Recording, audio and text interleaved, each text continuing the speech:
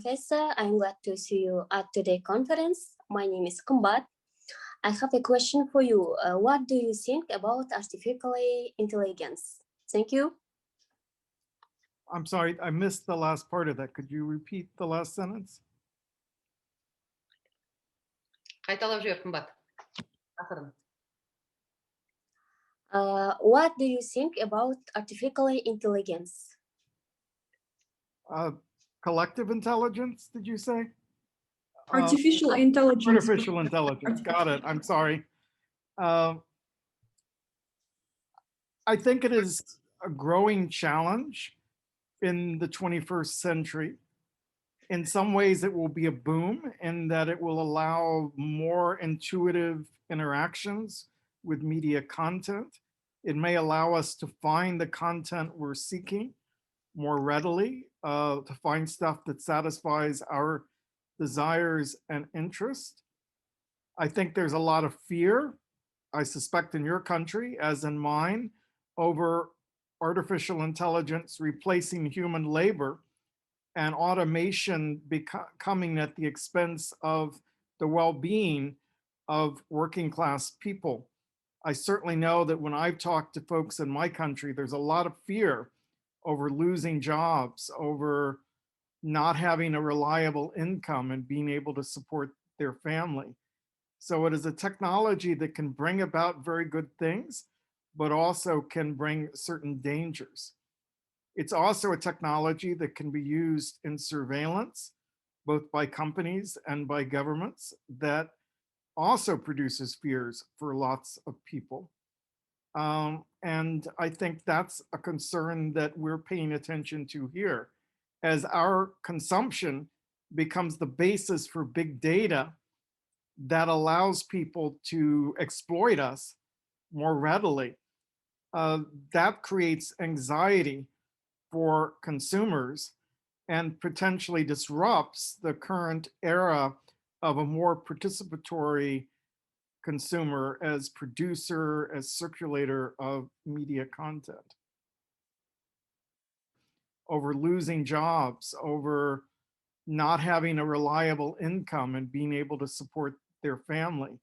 So it is a technology that can bring about very good things, but also can bring certain dangers. It's also a technology that can be used in surveillance, both by companies and by governments, that also produces fears for lots of people. And I think that's a concern that we're paying attention to here. As our consumption becomes the basis for big data that allows people to exploit us more readily, that creates anxiety for consumers and potentially disrupts the current era of a more participatory consumer as producer, as circulator of media content. The meeting with the world famous scientist is a great event and big a surprise for us. Dear Professor, we are all familiar with your book called Convergent Culture. According to Professor Isenbekova, the book is the must read. I would like to ask you a question about the Annenberg School. Could you please say what research projects are you doing in this school? So what I am doing now is really looking at the political effects of this kind of transmedia culture that we're describing. My research team at USC consists of about 15 graduate students who work together.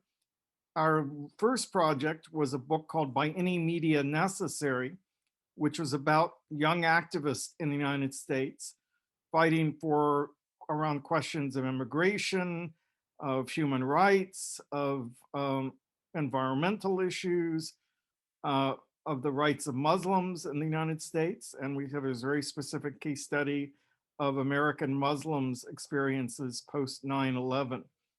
We've gone on from that to really focus on the civic imagination.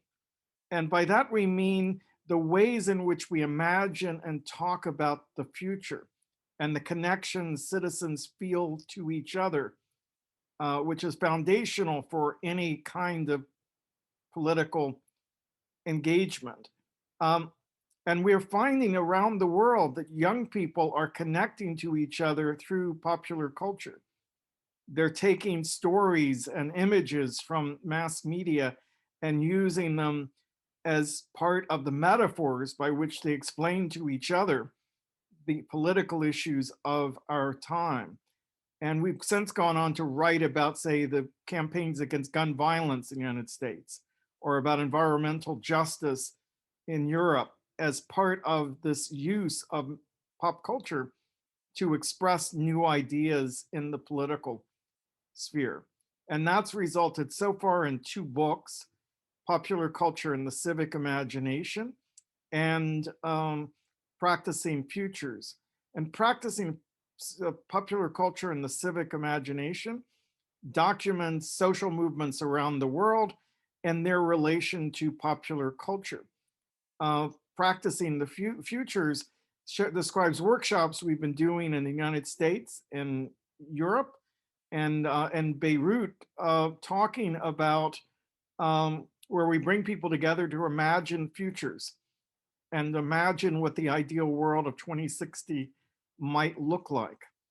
Most recently, we launched what's called the Atlas of the Civic Imagination, where we invite people around the world to post stories of what they think, how they think people in 2060 will look back on the COVID pandemic and its consequences. How has this disaster, this health crisis, changed the world, and how will that change continue into the future? So far, no one has posted a story from Kazakhstan. So one of the things I wanted to do here is challenge some of you to share some of your reflections via the Atlas of the Civic Imagination and help us put Kazakhstan on the map of the civic imagination. But this is the work that we're currently engaged in, and we've been in the process of beginning to analyze what we've discovered about thinking around the world about the consequences of the pandemic. Do people imagine utopian futures, dystopian futures, or some mix of the two? Oh, thanks for the answer, Professor Jenkins.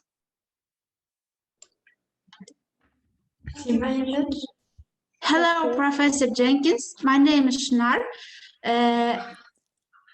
I have a question to you. We're glad to see you. And our Professor talks a lot about the social nature of modern media consumption. My question is about American media users. How is the American media user changing, and how important is the place of Transmedia for the American audience? Thank you. Well, I think we're seeing that Americans are not only consuming media, but producing media, circulating media, selecting pieces of media from one place and moving it to another as part of their conversation. We see this maybe most vividly in the phenomenon of memes, which is a global phenomenon. I have a student who is from Palestine who is doing work on cross-cultural exchanges of memes, particularly from the Muslim world to China. And she's very interested in the ways in which templates created by memes, images, and words move from cross-national borders and create points of contact, dialogues between people. So it's not just Americans creating memes, it's people all over the planet exchanging memes. And she's particularly interested in memes that use multiple languages as a place where there's a kind of symbolic connection between two of inside knowledge that people are sharing with each other through these exchanges. So that's one of the ways in which media consumption is changing. But I think transmedia also is shifted in this past year as more media content moves into the online world. With our movie theaters shut down, I suspect they must have been shut down in Kazakhstan as well, films and television are side by side on our streaming platforms. As we're having the Oscars this weekend, and many of the films were seen by the majority of their audience online on platforms that were set up for television. So the line between television and film is shifting. As this is taking place, social media is the primary way audiences learn about the content of these streaming sites, and conversations spring up automatically as content is dropped.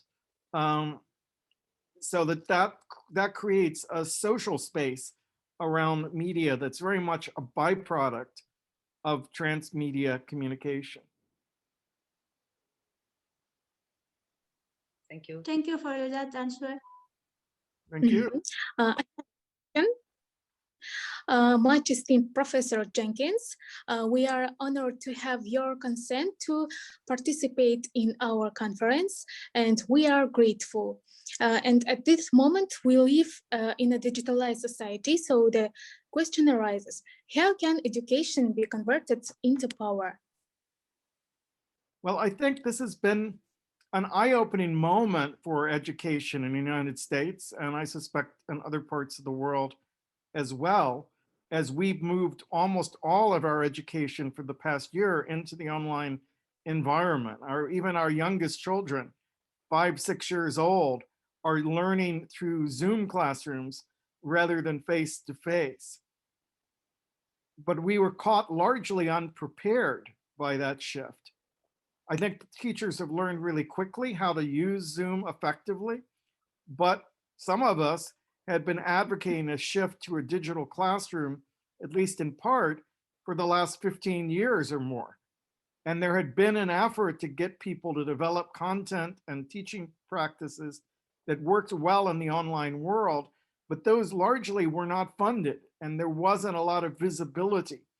There were projects tested by teachers, including some of my own projects, but they weren't embraced by large school systems and did not prove scalable.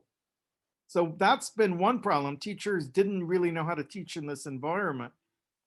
You know, the other side of it is that many of the students in the United States didn't have digital access at home. So we had been happy that we'd wired the classroom and the library so everyone had access in those spaces to online networks. But many, you know, as much as a quarter of the students in the Los Angeles school system don't have access at home. So as those public spaces shut down, those students had no way of connecting to the online world. And there's stories of kids hanging out in the parking lots of McDonald's trying to get access to wireless signals so they could do their homework with their classmates.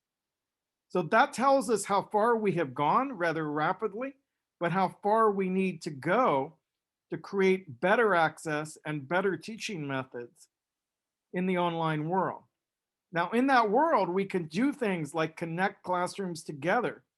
There's no reason the kind of exchange we're having here couldn't take place between Kazakhstan students at a high school level and students in an American classroom, as we teachers learn to communicate with each other and share experiences. I've heard stories of a classroom in New Bedford, Massachusetts, which was studying whaling, that connected with Inuit people in Alaska who were still whaling, and connected with students in Japan who came from a culture where the politics of whaling is still very, very actively being debated, and learning from each other in projects. We can use games and tools, you know, digital tools for modeling spaces as classrooms for students to learn and engage with things. And people have talked a lot and studied a lot on how games can be used to teach everything from history to science to math. We've seen classrooms use Wikipedia as a place of the online world. Oh, thank you. Thank you for the answer, Professor Jenkins. Жалғастырамыз. Good evening, dear professor. My name is Gulbaram. It is an honor for us to meet you like this. You consider media convergence by dividing it into 5 segments: technological, economic, social, cultural, and global convergence. I have such a question. Today, each ethnic group has its own characteristics. These are linguistic, cultural, religious, mentality, and others. Can this feature disappear in the future and the influence of media convergence? With the statement that in the future, universal culture will be formed common to the civilization of mankind. Yes, I mean, I think you're right. And I think the challenge is it becomes very easy for us to build enclaves around people who believe the same things we believe, who speak the same languages we speak, who come from the same spiritual traditions we do. And that's a very powerful thing. And those enclaves in the United States are allowing, say, Black citizens to rally around the notion of Black Lives Matter and to fight collectively against police violence on Black bodies that has been highly publicized. And that ability to form opinion and mobilize is very effective. But the danger is that we become locked into these enclaves and don't communicate effectively with people who are different from us, even though all signs are that communicating across differences are easier in a network culture than ever before. Witness the fact that you and I are communicating right now across all kinds of differences, and we're finding a way to make it work. And that's a really powerful thing. But research is showing that when we go onto social media, we tend to communicate with people we already know. And as our societies become more segregated, it is harder to break out of that segregation because of those tendencies. That's why we ended up in the United States with this war of Trump supporters believing that the election was stolen, and that and having an insurrection at the US Capitol. Part of what led to that was the way in which people were segregated out from each other and reading different news, hearing different information, and not asking hard questions about the information they were receiving, not taking responsibility over the information they circulated in their own communities. So I think that's the struggle. How do we get out of those enclaves, as important as those are, and communicate effectively on a global scale with each other so that we come to understand each other's experience? Thanks for your answer.